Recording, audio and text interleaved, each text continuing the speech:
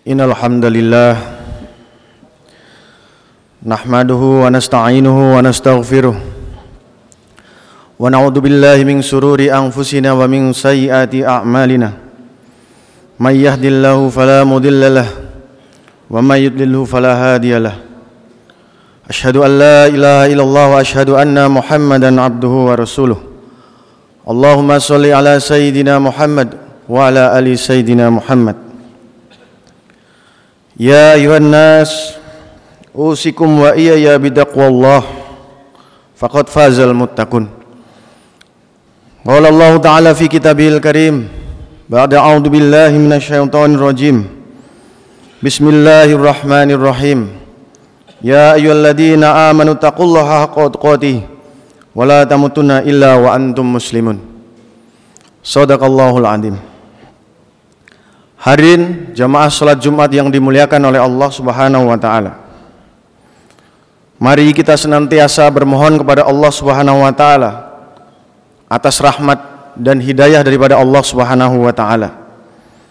Tak hentinya kita panjatkan puji syukur kepada Allah Subhanahu wa taala yang telah memberikan kita nikmat, yaitu nikmat iman dan juga nikmat Islam. Karunia yang teramat besar yang Allah Subhanahu wa taala karuniakan kepada hamba-hambanya yang dicintai oleh Allah Subhanahu wa taala. Semoga kita senantiasa termasuk mendapatkan hidayah serta berada dalam lindungan iman dan Islam hingga akhir hayat kita. Dan juga sholawat serta salam semoga selalu tercurah kepada baginda Nabi besar Muhammad sallallahu alaihi wasallam, di mana atas perjuangan beliau, atas pengorbanan, bantuan daripada sahabat-sahabat beliau, sehingga sampai hari ini kita masih diberikan kesempatan untuk beribadah. Kita masih mampu mengenal Allah Subhanahu wa taala.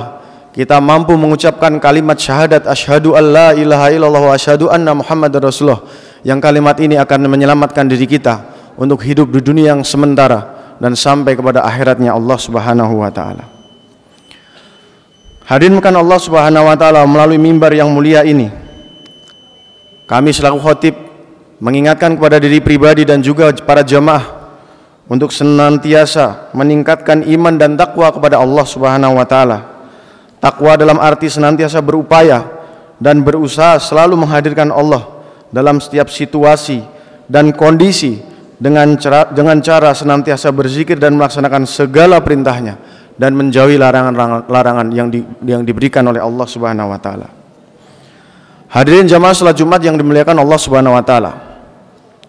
Ulama memberikan penjelasan tentang kelengkapan agama Islam adalah pada kerangka dan kesempurnaan masing-masing unsurnya.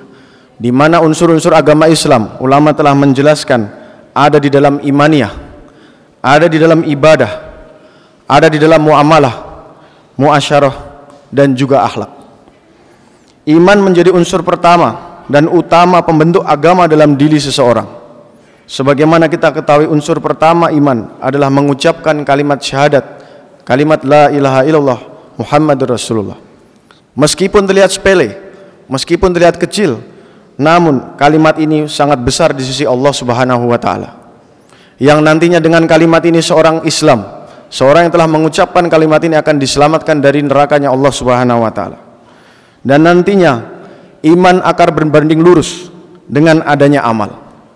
Ketika iman lemah, maka amal akan menjadi lemah. Ketika iman seseorang kuat, maka tentu amal seseorang akan menjadi kuat. Seperti itu pula hadirin, maka muamalah, muasyarah serta akhlak kita akan menjadi kuat ketika iman yang ada dalam diri kita menjadi kuat. Dan juga bisa kita pastikan ketika iman dalam diri seseorang lemah, maka muamalah, muasyarah dan akhlak akan juga menjadi lemah. Hadirin yang dimuliakan Allah Subhanahu wa taala, ketika kita berbicara tentang pentingnya akhlak, di dalam Al-Qur'an dalam surat Al-Hujurat ayat 12, Allah Subhanahu wa taala berfirman, Bismillahirrahmanirrahim, ya ayyuhalladzina amanu ijtanibu katsiran minadh-dhon wa innal ba'dadh-dhon ismu wa la tajassasu wa la yaghtab ba'dukum ba'da ayuhibbu ahadukum ayyakula lahma akhihi maitan fakarihtumuh wattaqullah innallaha tawwabur rahim. Kurang lebih yang artinya, wahai orang-orang yang beriman, jauhilah banyak dari berprasangka. Sesungguhnya sebagian prasangka itu dosa. Dan janganlah kamu mencari-cari kesalahan orang lain. Dan janganlah kamu menggunjing sebagian daripada yang lain. Apakah ada di antara kamu yang suka memakan daging saudaranya yang sudah mati? Tentu kamu merasa jijik, dan bertakwalah kepada Allah. Sesungguhnya Allah Maha penerima taubat, Maha penyayang. Dari ayat ini dapat kita pahami bahwa Allah Subhanahu wa taala memerintahkan kita dengan akhlak kita untuk tidak mencari-cari kesalahan orang lain. Satu kisah yang sangat masyhur, di mana ketika Sayyidina Umar radhiyallahu anhu menjadi seorang khalifah, beliau berpatroli malam. Beliau melaksanakan perjalanan malam dengan salah satu khadimnya. Maka beliau telah mendengar dari satu rumah. Ketika itu satu rumah ini telah diketahui meminum arak atau meminum minuman keras. Maka seketika itu juga hadirin murka Allah Subhanahu wa taala, Sayyidina Umar melompat melewati pagar belakang, kemudian langsung bertemu dengan orang yang tadi. Dan ditemukan oleh Sayyidina Umar bahwa orang tersebut sudah tua. Maka dikatakan oleh Amirul Mukminin, wahai orang tua, apa yang kamu lakukan? Sesungguhnya engkau sedang bermaksiat di hadapan Allah Subhanahu wa taala. Engkau meminum khamar. Maka ketika itu Bapak yang dimuliakan Allah Subhanahu wa taala, orang tua tadi mengatakan, wahai Umar, sesungguhnya apa yang sedang kau lakukan sehingga kau mengatakan demikian? Memang betul aku sedang meminum arak, meminum minuman keras. Aku bermaksiat kepada Allah Subhanahu wa taala. Maka Sayyidina Umar mengatakan, sesungguhnya engkau tidak pantas berbuat seperti ini. Harusnya dengan umurmu yang sudah tua seperti ini, maka engkau seharusnya sudah beribadah kepada Allah Ta'ala, menyiapkan bekal akhiratmu. Engkau melakukan maksiat di sisi Allah Ta'ala. Maka orang tadi juga mengatakan, wahai Umar, sesungguhnya di sisi Allah Subhanahu wa taala aku melakukan satu kesalahan, tetapi sesungguhnya di sisi Allah Ta'ala engkau melakukan 3 kesalahan. Kesalahan atau maksiat yang pertama yang kau lakukan, wahai Umar, engkau mencari-cari kesalahan orang lain. Kemudian kesalahan yang kedua, wahai Umar, seharusnya Allah Ta'ala perintahkan ketika engkau berkunjung pada satu rumah, engkau meminta izin dan mengucapkan salam, dan keadaan ini tidak engkau kerjakan. Dan kemudian yang ketiga, engkau seharusnya melewati pintu depan rumah, bukan melewati pagar, melompati pagar di belakang rumahku ini. Maka hadirin Allah Subhanahu wa taala mendengar daripada perkataan orang tua tadi. Maka Sayyidina Umar kemudian langsung keluar dari rumah. Sayyidina Umar merasa bahwa dirinya melakukan kemaksiatan lebih besar daripada orang yang sedang meminum daripada minuman keras tadi. Inilah akhlak yang ditunjukkan oleh sahabat besar baginda Rasulullah SAW. Sayyidina Umar pun tidak menceritakan sedikit apapun yang diketahui dan dilihat kepada khodimnya yang berada di luar tadi. Sayyidina Umar langsung pulang ke rumah dan tidak menceritakan kepada siapapun. Beberapa hari kemudian nampak bahwa orang tua tadi tidak pernah hadir di dalam majelis Sayyidina Umar. Kemudian hari demi hari nampak lagi kemudian di dalam majelis Sayyidina Umar, maka di situ nampak satu orang tadi yang telah meminum khamar dengan duduk malu-malu di bagian belakang. Maka Sayyidina Umar juga melihat orang tersebut. Kemudian di akhir majelis Sayyidina Umar telah datang kepada orang ini dan mengatakan, wahai orang tua, sesungguhnya engkau harus mengetahui, semenjak malam aku menemukan engkau dengan berbuat seperti itu, aku tidak pernah menceritakan apapun kepada orang-orang. Maka orang tua tadi juga mengatakan, wahai Umar, ketahuilah bahwa semenjak malam itu aku berhenti dari maksiat, aku tinggalkan meminum minuman keras. Hadirin bukan Allah Subhanahu wa taala, dari cerita ini dapat kita ambil bahwa apabila seseorang ditutupi aibnya, bisa jadi dia akan menjadi orang yang baik di sisi Allah Ta'ala, bertobat dari kesalahan-kesalahannya. Juga kita bisa ketahui bahwa baginda Rasulullah SAW melalui hadisnya juga memerintahkan kita untuk berakhlak mulia, berakhlak baik. Dalam satu hadis yang diriwayatkan oleh Sayyidina Abu Hurairah, Rasulullah SAW bersabda, orang mukmin yang paling sempurna imannya adalah orang yang paling bagus akhlaknya, dan sebaik-baik orang di antara kalian adalah yang paling baik kepada istrinya. Hadis riwayat Ahmad jilid 2 halaman 472.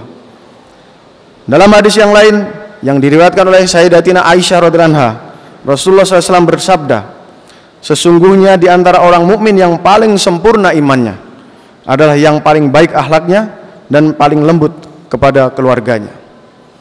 Akhlak yang lembut, akhlak yang baik akan mendatangkan keuntungan, sebagaimana yang disebutkan dalam satu hadis yang diriwayatkan oleh Sayyidatina Aisyah. Rasulullah SAW bersabda, sesungguhnya seorang mukmin yang dengan akhlaknya yang baik dapat mencapai derajat orang yang selalu berpuasa dan mengerjakan sholat malam. Hadis riwayat Abu Daud. Hadirin jamaah sholat Jumat yang dimuliakan Allah Subhanahu wa taala, untuk menutup khutbah siang ini akan diceritakan bagaimana akhlak daripada para sahabat yang mereka menjadi suri teladan kita hari ini. Mereka adalah orang-orang yang menjadi didikan oleh baginda Rasulullah SAW, sehingga dari segi imannya, dari segi ibadah, muamalah, ma'asyarah mereka sempurna di sisi Allah Subhanahu wa taala. Ada satu kisah di mana dua orang sahabat berjual beli tanah. Maka satu orang telah mendatangi satu orang yang menjual tanahnya. Maka setelah mereka bersepakat menjual daripada dan juga membeli daripada tanah tersebut, maka mereka masing-masing pulang. Maka tidak berapa lama orang yang tadi membeli tanah maka datang lagi kepada orang yang menjual tanah.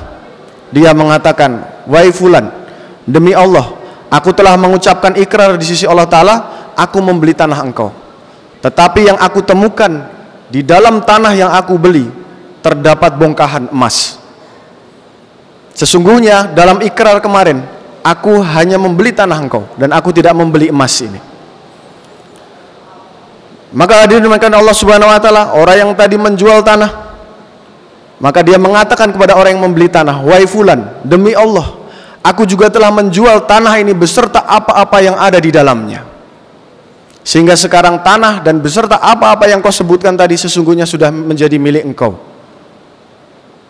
Mungkin Bapak yang mulia, ketika hari ini ada yang seperti itu, maka tanah mungkin langsung dikembalikan. Tapi dua orang sahabat ini tidak.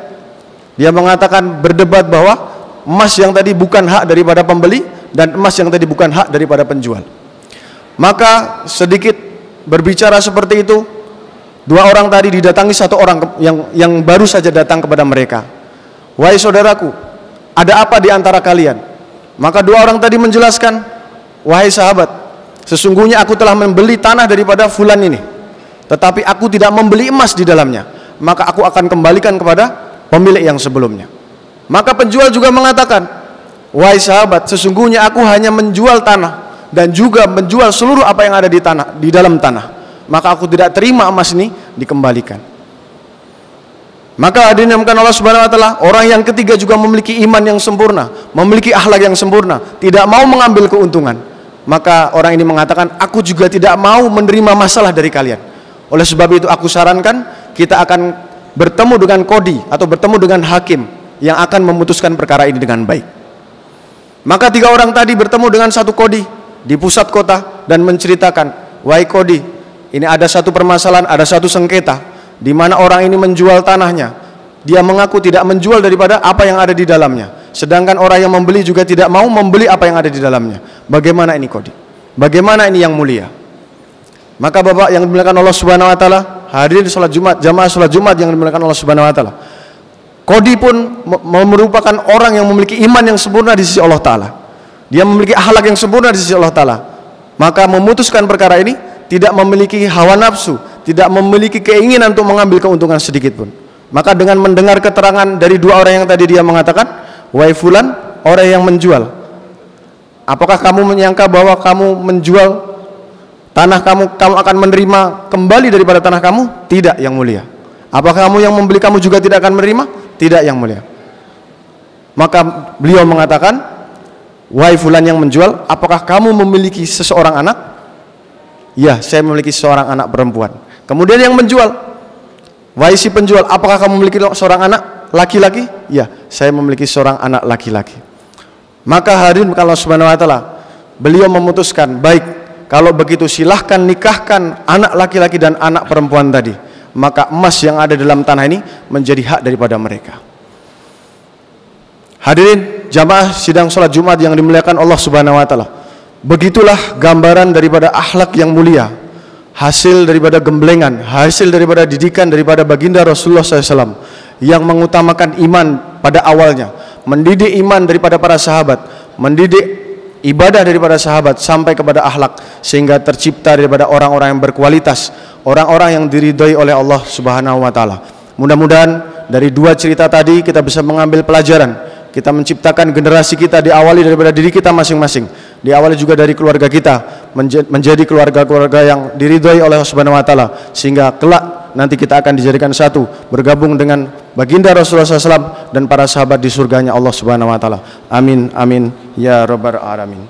Barakallahu li wa lakum fil Qur'anil azim wa nafa'ani wa iyyakum bima fihi minal ayati wa dzikril hakim. Aqulu qouli hadza wa astaghfirullahu li wa lakum wa lisairil muslimina wal mu'minat min kulli dhanbi wastaghfiruhu innahu huwal ghafurur rahim.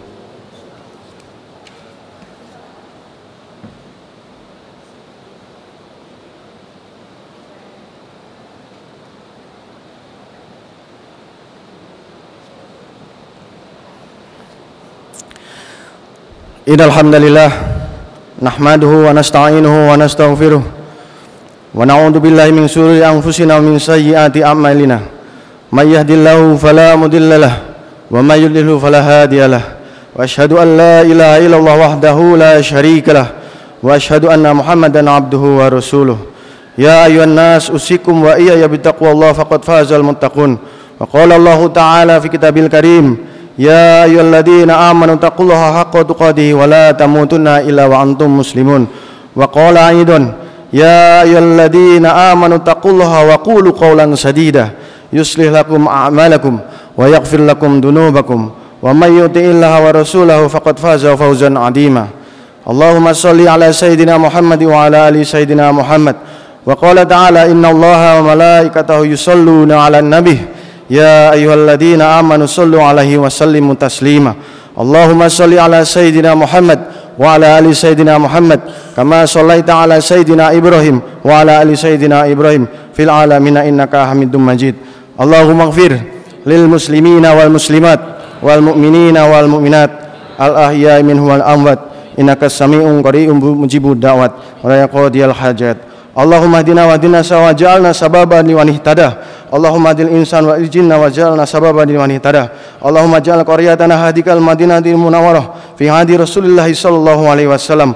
Allahumma ja'al masajidana kama masjid Nabi sallallahu alaihi wasallam. Allahumma ja'al buyutana ka buyuti sahabati radhiyallahu anhum. Allahumma ja'al rijalana ka rijali sahabah. Allahumma ja'al nisa'ana ka nisa'is sahabah. Allahumma ja'al sibyanana ka sibya'is sahabah. Rabbana atina fid dunya hasanah wa fil akhirati hasanah wa qina adzabannar. Ibadallah, innallaha ya'muru bil 'adli wal ihsan wa ita'i dzil qurba wa yanha 'anil fahsya'i wal munkari wal baghi ya'idukum la'allakum tadhakkarun wa la dzikrullahi akbar. Aqimis shalah.